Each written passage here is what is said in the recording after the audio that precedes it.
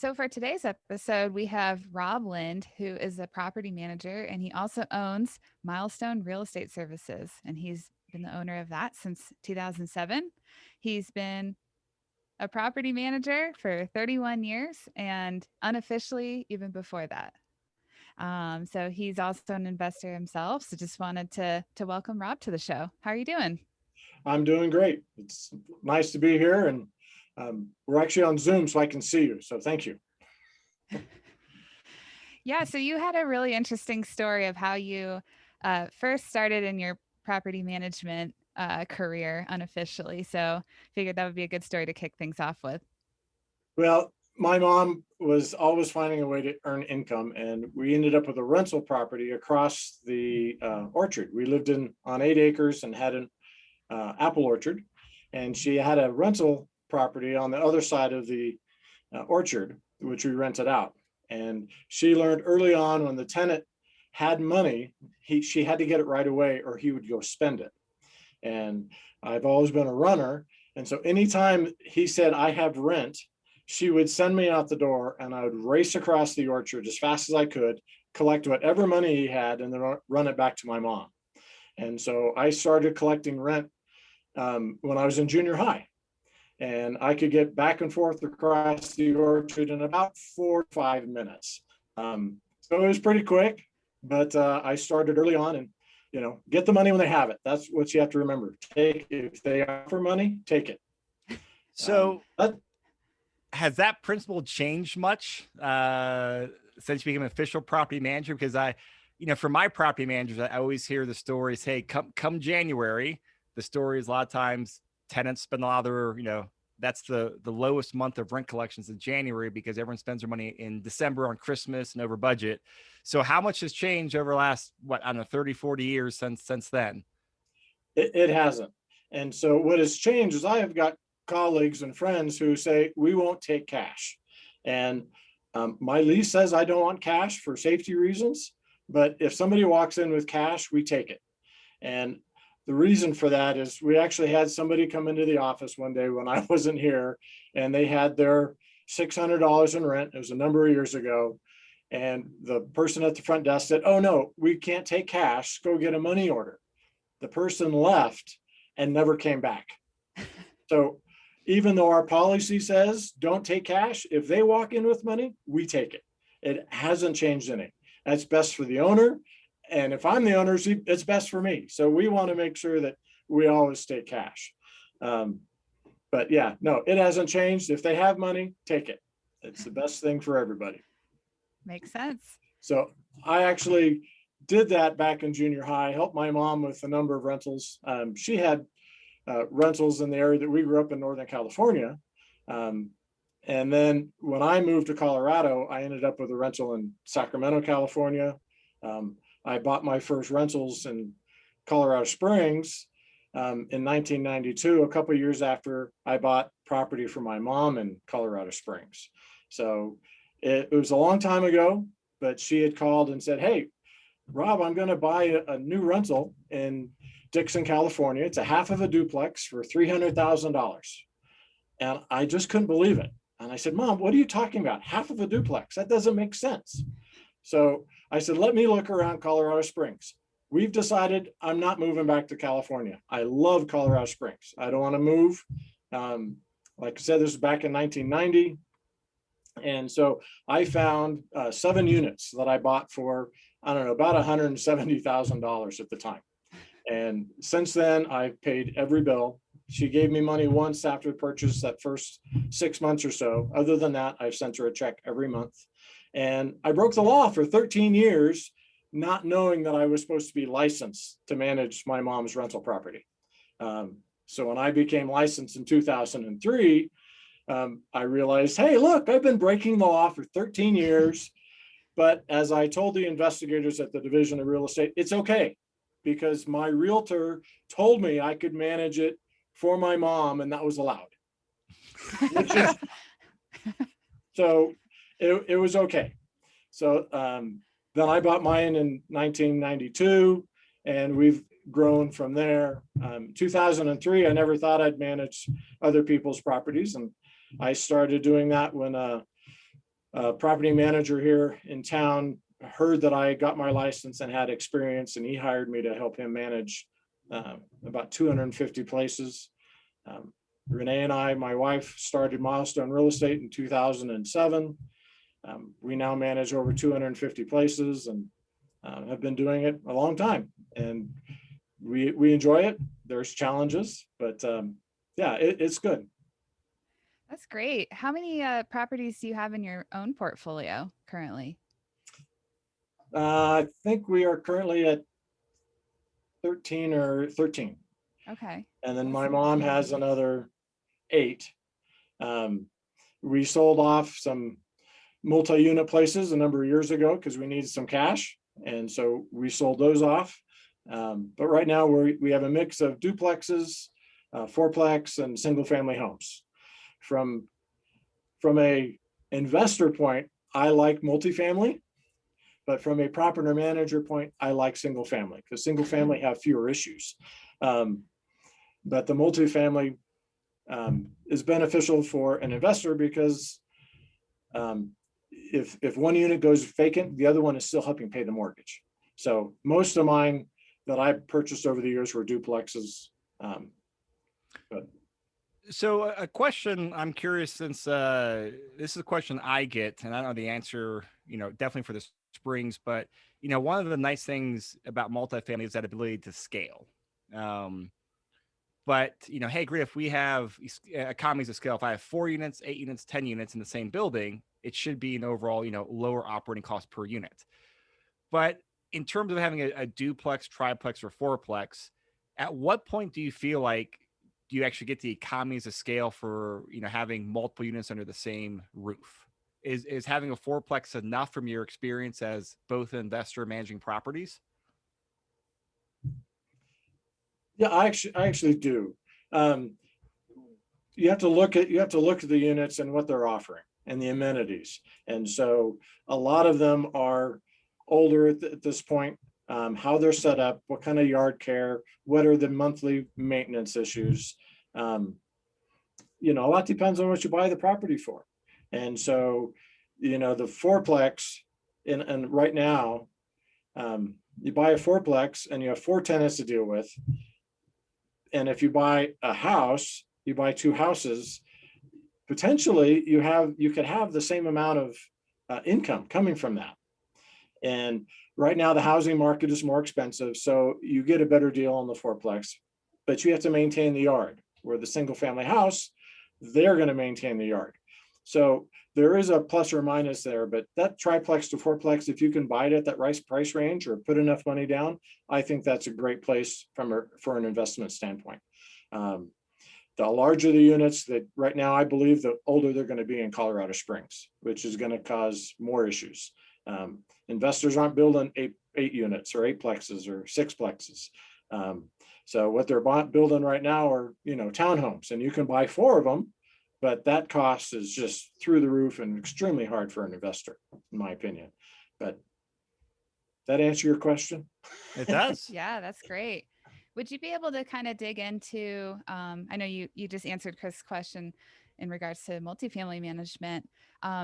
What do you see as the property manager's role in terms of a single family home? Because I would imagine in most cases your leases are written so that the tenant is responsible for lawn care and snow and things of that nature.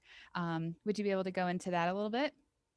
Yeah, so on a property management side from a single family home, as we know, real estate investment for most people is their largest investment.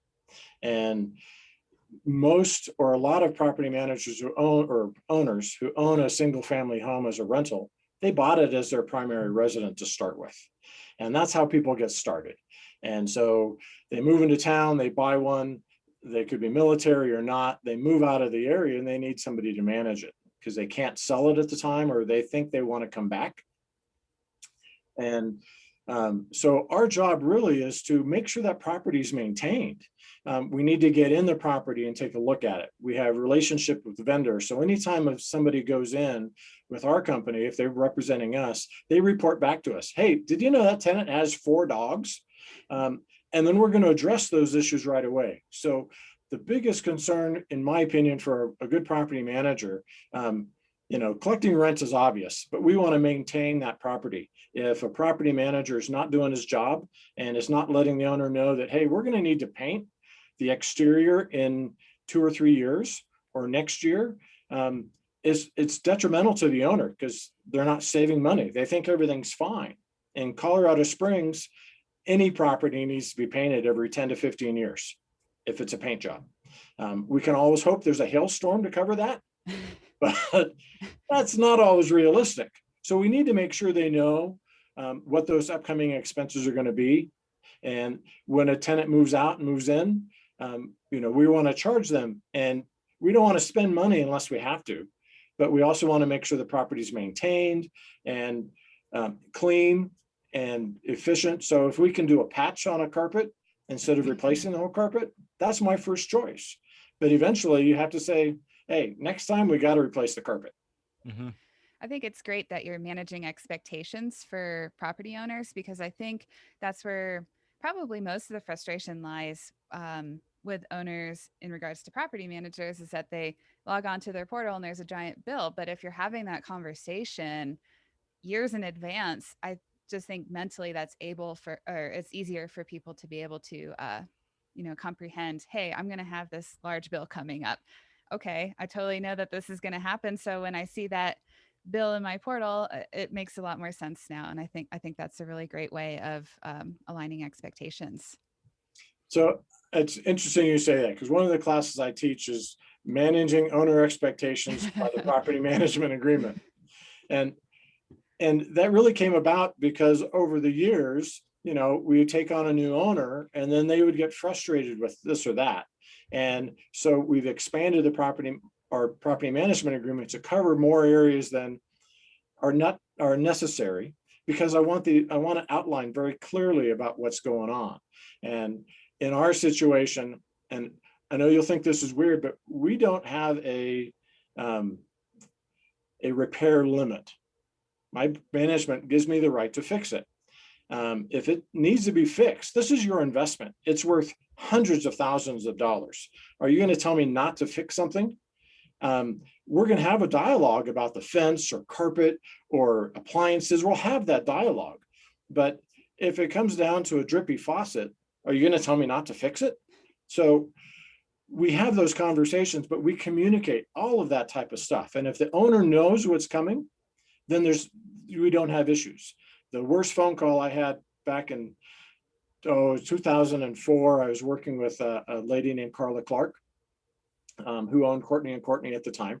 And so we were doing property management, and we did a repair, and it was only $150 or so. It wasn't a whole lot of money, and we had a repair cap at $250. But I forgot to email her or call her and tell her, hey, we have this repair. And she called just really upset that she didn't even know what was going on.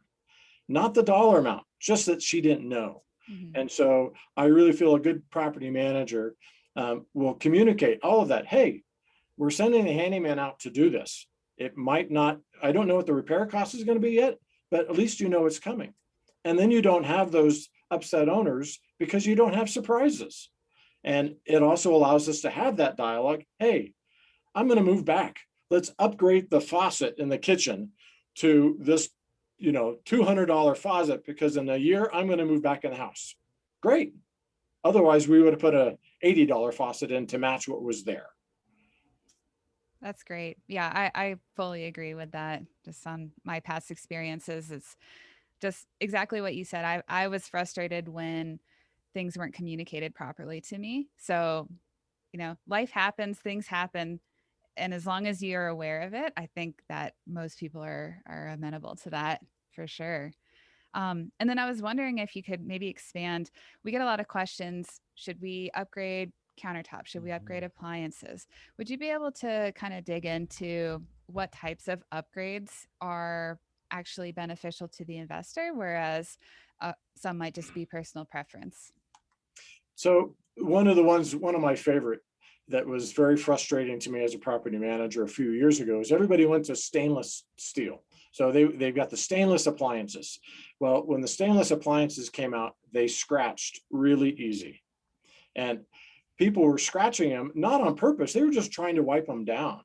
And then I would go in and go, you scratched it to pieces. Well, if we're not supplying the proper cloth or cleaning material or whatnot, and there was not enough information about how to take care of them.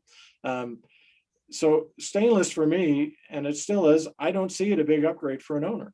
What you want is an appliance that works, do black, do white if it works with your kitchen. The stainless is fine now. It's much more durable than it was, but I wouldn't pay extra for it. I also wouldn't pay extra and put granite into a place. Now, if it's there, that's great. What really benefits a house is being clean and well kept. I would do, new carpet if it needs new carpet before I would do granite in the kitchen, because you're not going to get that much. But nobody wants to live in a place that has soiled carpet. And if they do, what kind of tenant are you going to get? So it's important to look at that. And the way Renee and I have always looked at things, Renee's my wife, is that, I won't ask an owner to spend something on anything I wouldn't spend it on. And with our own rentals, we know what it's like when a hot water heater goes out. And property managers need to remember that. So my first broker said, well, I'll manage your home because there's no conflict because I don't own any rentals. And he'd never owned a rental. But he also didn't understand what it was like not to get a rent check because he never owned a rental. So we look at those upgrades, if we can upgrade the bathroom with a new vanity for $200 from, and bring it up to a higher vanity, that's a great investment. People walk in and say, oh, look, it looks so nice. It was cheap. You can do it for $500 to do $2,000 for granite in the kitchen. Are you going to get any more rent? No. Will it rent a little faster? Yes, maybe a day. So you really have to look at those things. So are there any upgrades? Because I always look at upgrading properties under two things. One is just great. How is this new upgrade going to be? Keep it clean and keep it tenant proof. Like laminate vinyl planking right now, I think is wonderful. So that's very durable. But are there any upgrades that actually do increase the rent bump? Like, is there anything worthwhile? Hey, we should, when you upgrade this or replace this or have the opportunity, put this in here. What gets a rent bump? The one that's most obvious right now is air conditioning. So if you can put air conditioning in, we're going to get, $50, $100, even $150 more, depending on the neighborhood. So that is a big drive. Now, as you from Colorado Springs, if you've been here a while, you really don't need it other than a few times during the year. But we have so many people moving here that are driven that AC is vital. They will pay more for it. Mm-hmm. So we will get more rent for AC. That would be an increase that I would do constantly. Now, is that just with like window units, or are you actually doing like, whole house systems? Whole house system. Okay. So, yeah. So if you can do a, whole house AC unit, that is an upgrade that is worth it. What's that generally run? So about $3,500. The key is whether or not the existing furnace will take it. Yeah. And so, because the venting has to be right, the furnace has to be able to accommodate it. So that is the question. And then if it doesn't, then you're looking at a new furnace as well. So, if you're doing a furnace and AC unit, you're easily $6,000, $5,000-6,000. A good property manager will have multiple vendors and they'll constantly shop and do their thing. There's a lot of great, HVAC companies out there, and the bigger they are, honestly, the more they charge because they have more overhead. So we try to work with smaller vendors and they'll tend to give us a better price. They rely on us a little bit. But even then we have to watch to make sure they're not taking advantage of things. And unfortunately, costs have just gone up. We've had prices for hot water heaters, for example, for $1,200 or $1,300 from the small guy. Getting the same hot water heater from a larger company might be $1,800. And it's a big difference for an owner. So, but the automatic bump in price would be air conditioning. What about in unit like washer and dryer? Because I know some, most single family homes have that, but multis, that at least up here in Denver, can be a flip of the coin. Mm-hmm. So my feeling, my feeling on washer dryers is most people who are renting a single family home have their own. They're family, they're moving in. So in all the years I've been doing this professionally, I've only had one military client come into town and say, I'll rent the house if you get me a washer dryer. Otherwise, we don't want them, because if they're in the property, we feel like we need to repair them. And that's one more cost for the owner. I don't want the owner to have to pay that.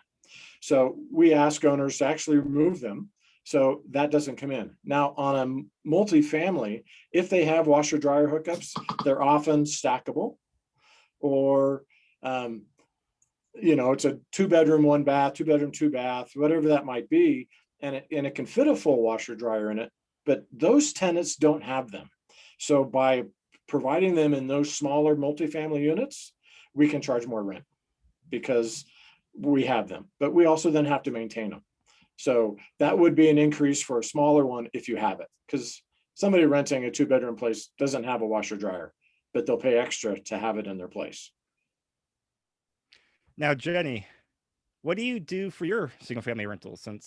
Do you supply the washer and dryers, or are you? I'm curious now. I supply all of my properties with washers and dryers, and I have bought many washers and dryers over the years because they don't really last that long.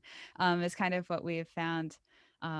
Just I don't know if tenant usage is a little rough on them, or what the deal is on that, but yeah, we have supplied them and paid dearly for all of them. So I'm curious because one of the counter arguments I've heard is that tenants are going to bring in their old washer and dryer, their old hoses, which can cause a higher likelihood of causing leaks. And of course, water damage is about the worst thing in the world. What's your guys' opinion on that? Because I use property management for everything, so I'm always curious about what you guys in the trenches do. That was my logic, is if someone's going to flood the house, I want it to be my fault. So that's kind of how we approach that. Yeah. What about you, Rob? A couple of things with that. So if we supply a washer dryer that we're not going to maintain, if it's in a single family home or even a duplex that we don't want to maintain anymore, we're going to do that. We actually do a washer dryer addendum that says they're being left at the convenience. You can use them, and if they break down, it's the owner's choice to fix them or not. So we often, reach out to the owner and say, hey, do you want us to send the handyman out, or do you want it, or the appliance repair guy, or do you want us just to remove them? In most cases, we take a look at it. If it's a cheap fix, most of the time the owner says, oh, go ahead and fix it. But if it requires a brand new one, then we can say, we're going to remove it and you can get your own.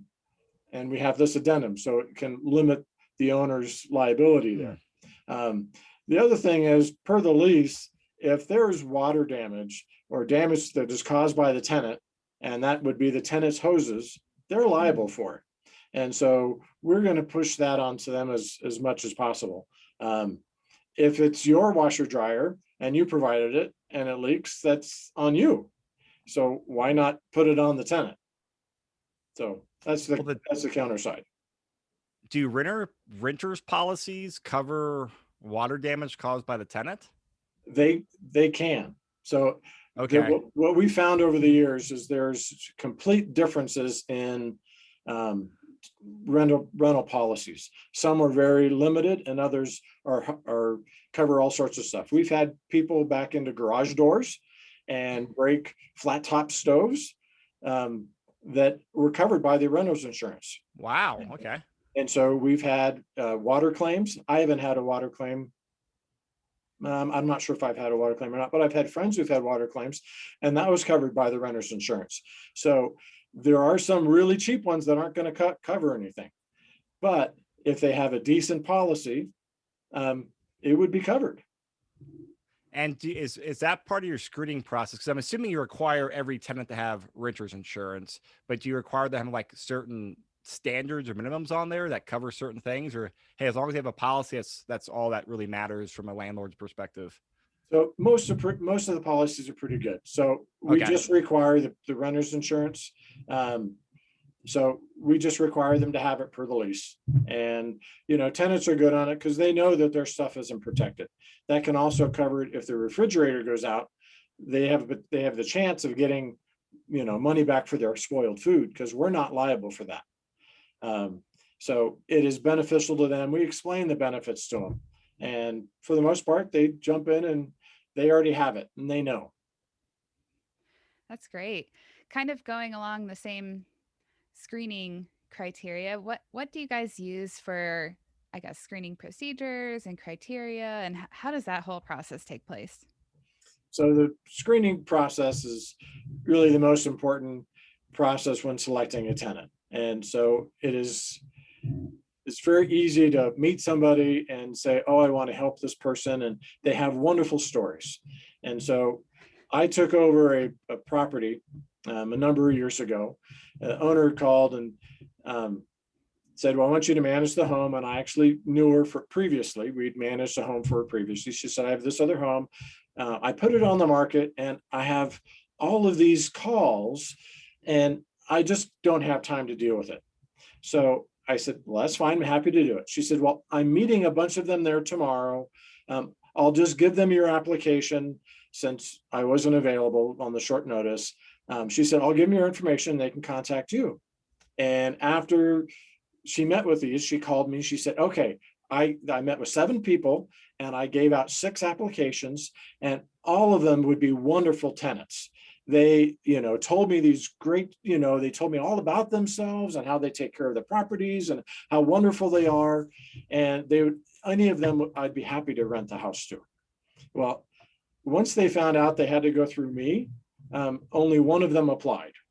And that person, her credit score was so bad and she had horrible rental references, we weren't able to rent to her. So when we look at tenants, we want to make sure that we're getting somebody. We're looking at the amount of income that's coming in, employment, time of employment. Did they just move here and the job was new? How stable is that? We're going to look at all of those things on the employment and ability to pay side. We're going to run a credit report. We want to make sure they've been responsible. At the same time, we want to be human. And if there's a reason why their credit score, which shouldn't show anymore because of federal law with the medical history, it's not supposed to count against your credit score anymore. But if they have got a huge medical bill, we'll work with somebody. But if they've got a 500 credit score, it's not showing responsibility on their side. So we've got a minimum of 625. I've got colleagues who have 600, some at 650, but they have those minimums. And we put those in place to protect the owner because that's who we're working for. We want to, the most important one is the rental references. And we don't want to we'll do the current and the one before. And the one before is far more important than the current one because the current one might have a reason to say, oh yeah, they're great, because they're not great. But the one before has no skin in the game and will be honest with you. Now, with that said, you need to dig deep and you have to ask a lot of questions when you're doing a rental reference.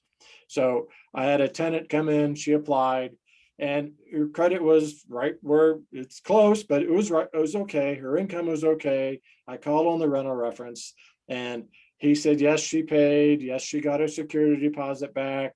And I just felt a hesitation. And I said, well, can you tell me a little more? Because I can hear hesitation in your voice. And I said, would you rent to her again? And he said, absolutely not. I said, but you just told me she got all of her security deposit back and she always paid her rent. Why wouldn't you rent to her?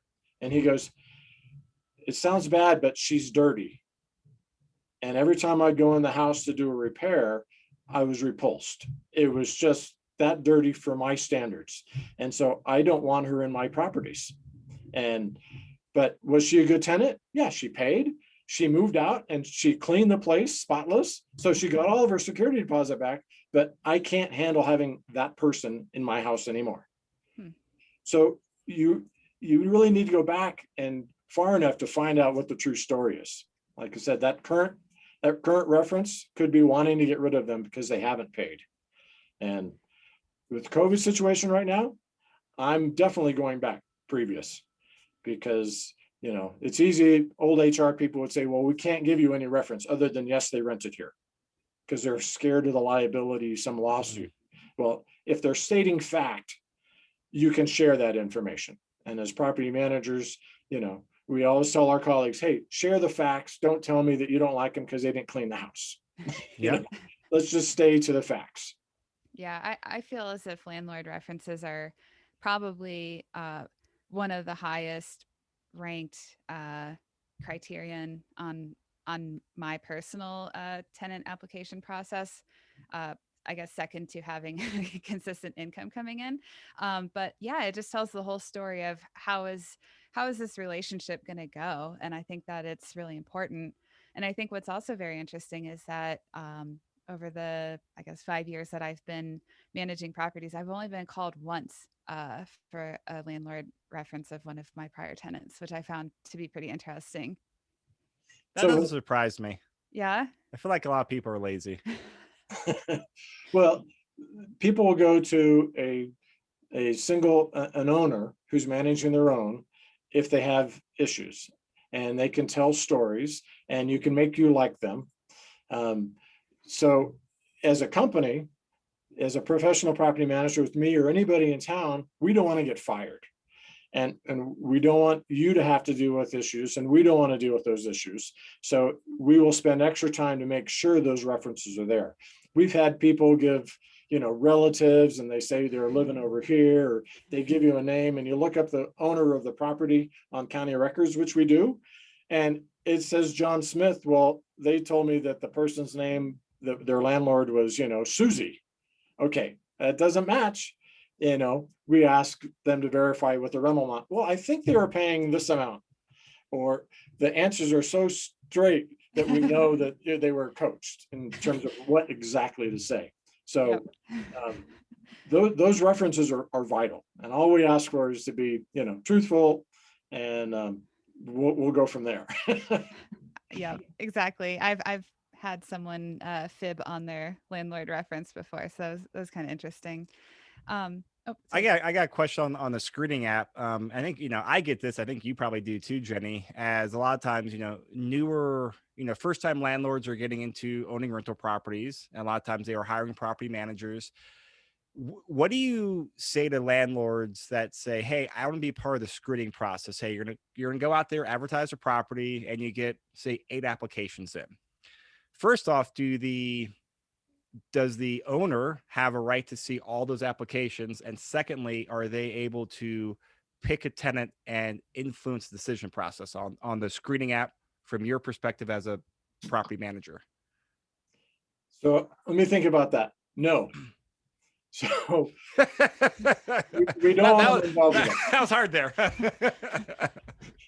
So, you know, people want to be involved. And so this is what you have to realize. As a professional property manager, you're going to hire me to take care of your property. And I've done this for years, or another property manager has done it for years. Trust in them to use their systems and processes. So the issues come into play is that if I share it with you and you say, oh, I like this one, well, that becomes, what did you base that on?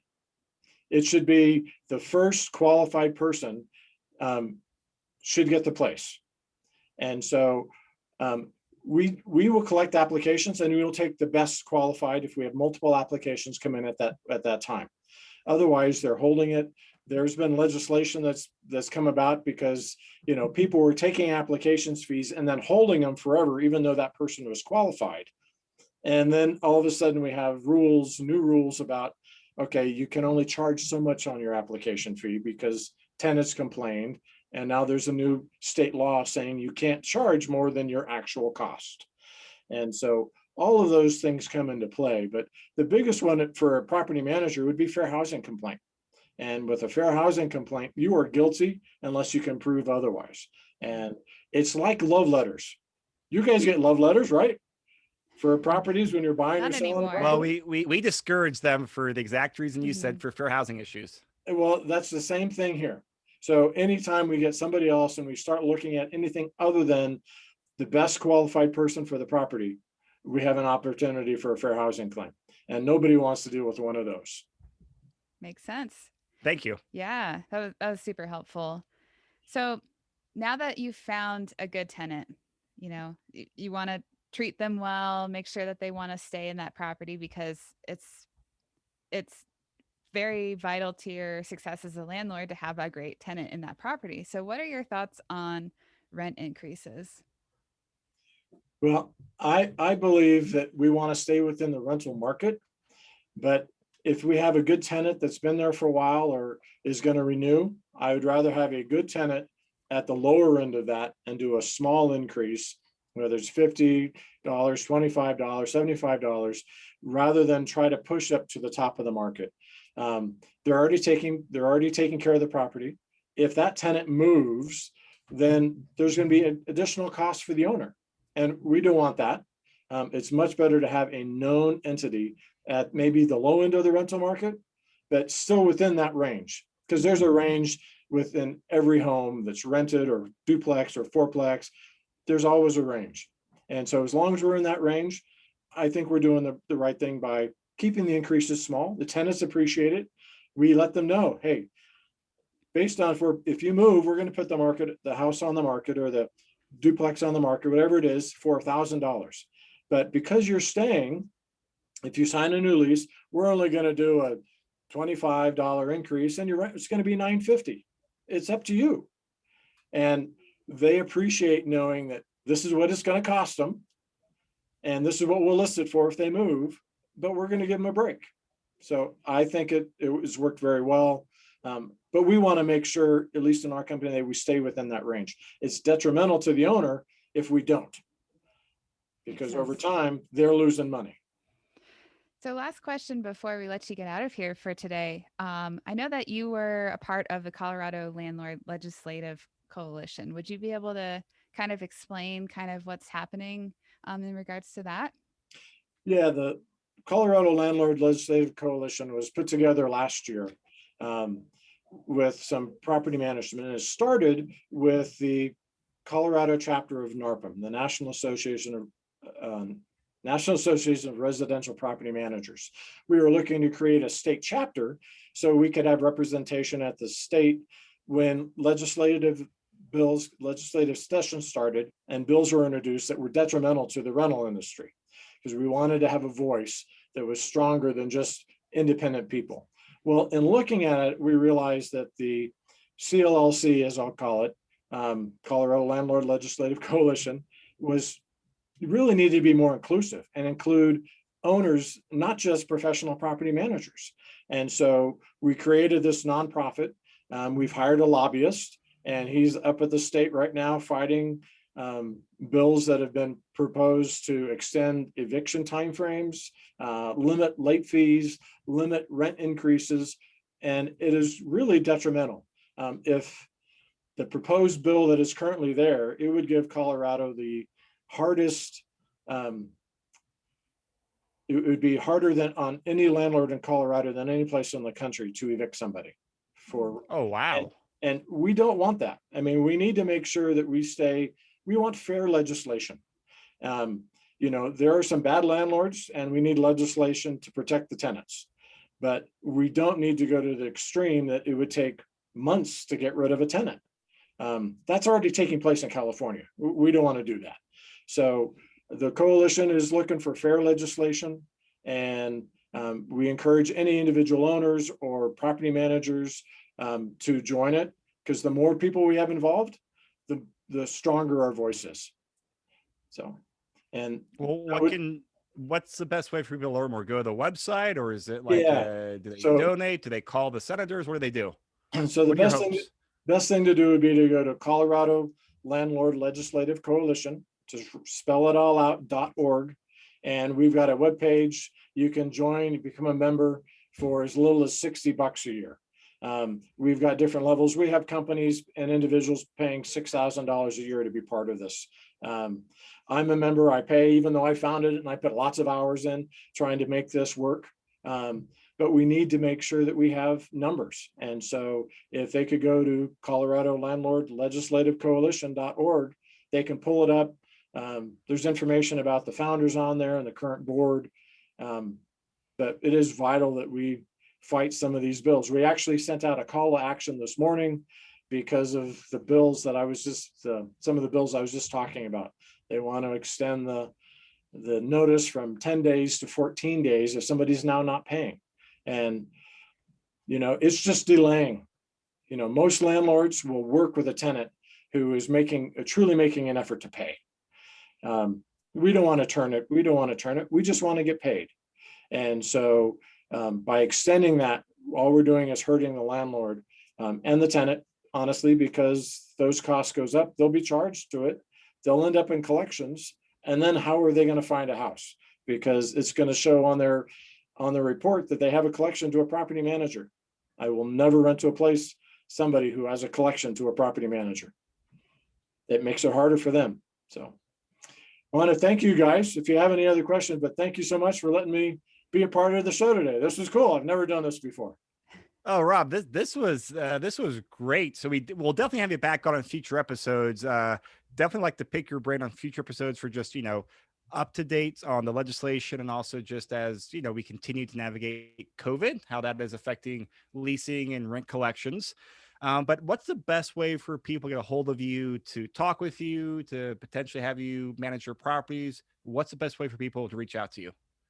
Well, they can call the office, and that would be MileStone Real Estate Services, and it's 719-260-6871. So that was 719-260-6871. And I work in all of Colorado Springs area. And my email, and I'm happy to share information, whether it's just answering questions as well, is rob@milestoneres.com. That's rob@milestoneres.com.